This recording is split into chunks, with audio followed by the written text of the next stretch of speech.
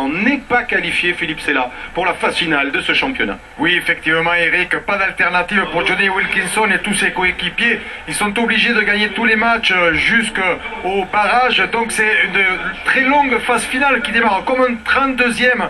Ils auront besoin de tous les atouts de Joe Van Niekerk, de tous les joueurs, de tous les supporters pour venir à bout des Toulousains. Alors les supporters d'habitude ici, ils sont bleus et blancs, les couleurs de l'OM. Aujourd'hui ils seront à grande majorité rouge et noir, ils seront même tous rouge et noir puisque les supporters de Toulouse qui auront fait le déplacement seront aussi dans les mêmes couleurs, les deux clubs rouge et noir. Mais voyez, la jeunesse toulonnaise s'est déplacée à Marseille pour ce match donc décisif pour l'avenir du RCT dans ce championnat. À tout à l'heure, à tout de suite même. Sont éliminés, ils sont 7e et vous savez évidemment que seuls les 6 premiers vont rentrer dans cette fameuse phase finale. Les Toulousains veulent se qualifier directement pour les demi, les Toulonnais visent la qualification, très gros enjeu donc sur ce match. Philippe Sella, alors qu'on raccompagne Johnny Wilkinson qui vient de terminer son interminable séance de préparation vers le vestiaire toulonnais où nous sommes tranquillement en regardant Gavin Henson. Voici donc le classement dont on vous parlait. On tient compte du résultat de Clermont, on ne tient pas compte du résultat de Biarritz qui reçoit Brive cet après-midi. Vous verrez tout ça dans le jour de rugby. Toulon n'est pas en très bonne posture, Philippe.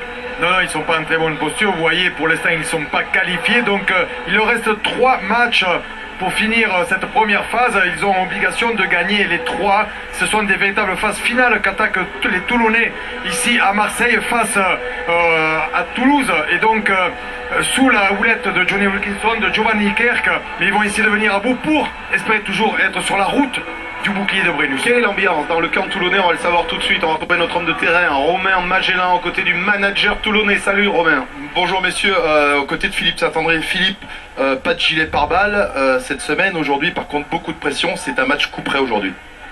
Ouais, c'est un match coup près contre les Toulousains, champions d'Europe.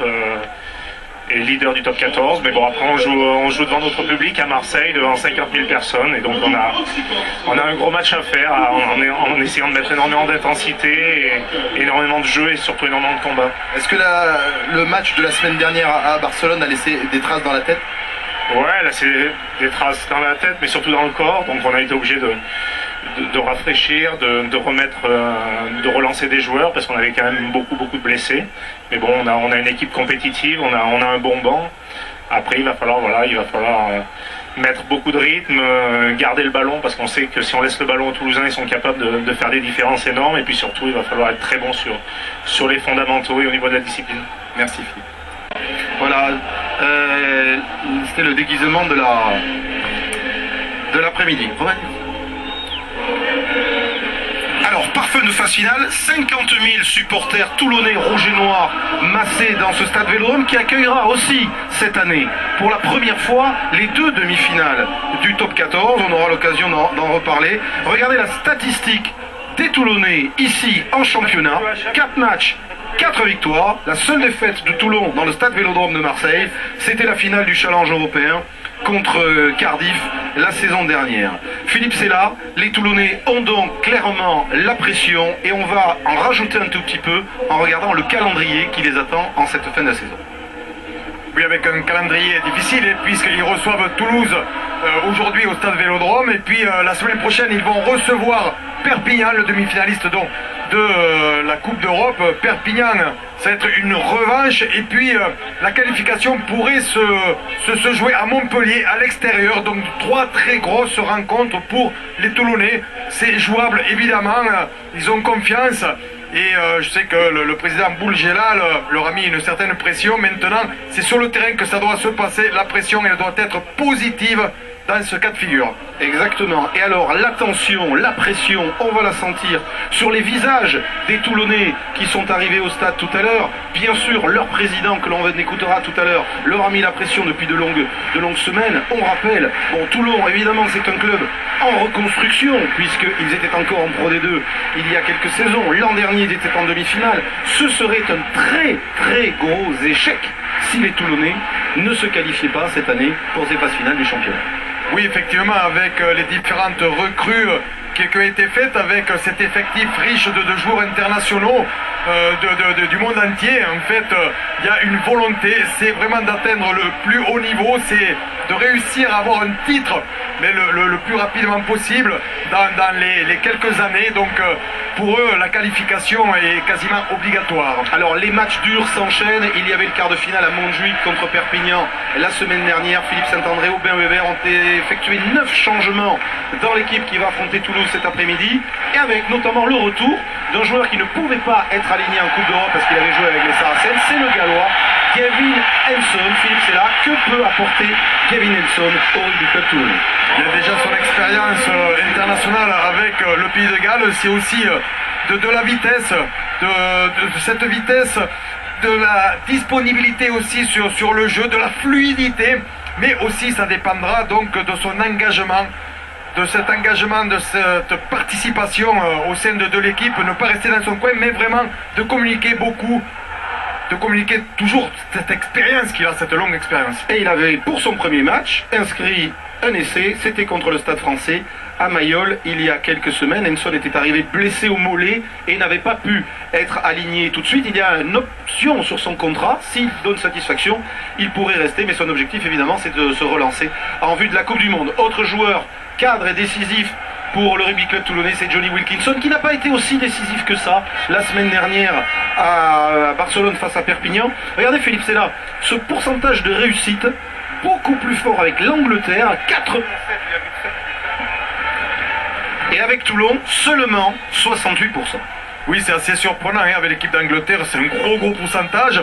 Il a été moins décisif cette année, il a moins pesé sur les rencontres, certainement un peu plus irrégulier, mais par contre, bon, c'est un élément essentiel dans l'effectif de Toulon. C'est un grand joueur, un grand professionnel, et pour le lancement de jeu, pour l'organisation, bien sûr pour tous les points marqués, tous les tirs au but, c'est un joueur essentiel.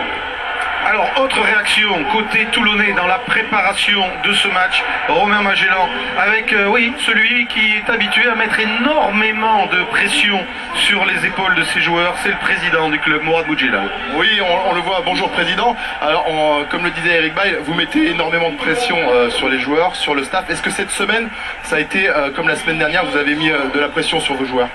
Non, c'est pas nécessaire parce que maintenant on sait ce qu'on a à faire si on veut rester en vie, quoi. Okay. On n'a pas droit à la défaite. On sait qu'on a c'est un 32e de finale, voilà, et on veut essayer de jouer un 16e de finale dans une semaine à Mayol. Sinon, ça sera une belle journée pour mourir. Et justement, on vous a entendu dans une interview que vous avez prévu un billet d'avion pendant les phases finales. Vous espérez que votre club va jouer les phases finales? Ouais, mais mon billet n'est pas remboursable, donc c'est emmerdant, et moi je suis assez attaché à ce genre de choses, mais ouais, c'est vrai que je préfère être au soleil de Marseille que au soleil de Cancun pendant les phases finales, quoi, c'est clair. Sinon j'irai à votre place, merci. Et sinon la solution c'est de les regarder sur Canal, mais évidemment ce n'est pas le rêve absolu de tous les présidents du top 14. Mourad Boudjelal qui fait évidemment l'actualité sur le marché des transferts avec Maguito, Bakis Bota, Tius Bord ou Palisson, des internationaux français, et l'annonce hier de l'arrivée d'un international anglais, Stephen Armitage. C'est un nom qui nous dit quelque chose, d'abord parce qu'il a 5 sélections pour l'équipe d'Angleterre, mais aussi parce que son frère est un international anglais, Dillon, que l'on pourrait peut-être bien voir un jour sous les couleurs de Toulon. Particularité de Stephen et de son frère, ils ont été formés à Nice, oui, tout près de Toulon. Ce seront donc pratiquement des régionaux de l'État. En attendant, on reste sur cette saison et voici la composition que le Rugby Club Toulonnais va aligner pour ce choc face au Stade Toulousain. Première ligne, le All Black Karl Eman, au talonnage Sébastien Bruno, pilier gauche Laurent Emmanuel. En deuxième ligne, le retour de suspension de Jocelino Suta à côté de Christophe Sanson. Troisième ligne de centre et capitaine, Giovanni Kerk, numéro 6, Olivier Missouk, numéro 7, Joël Abd.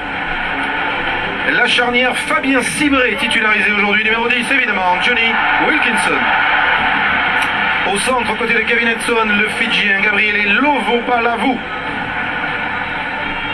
Aux ailes, l'anglais Paul Saki et le jeune français Jérémy Senzel. À l'arrière, l'international écossais Rory Lamont. Les remplaçants du RCT maintenant pour les avances, Kubriashvili, Scofield, Genevois, Smith et le pilier Paster. Et les trois quarts, Aurelua, Felipe Contepomi et Pierre Mignoni.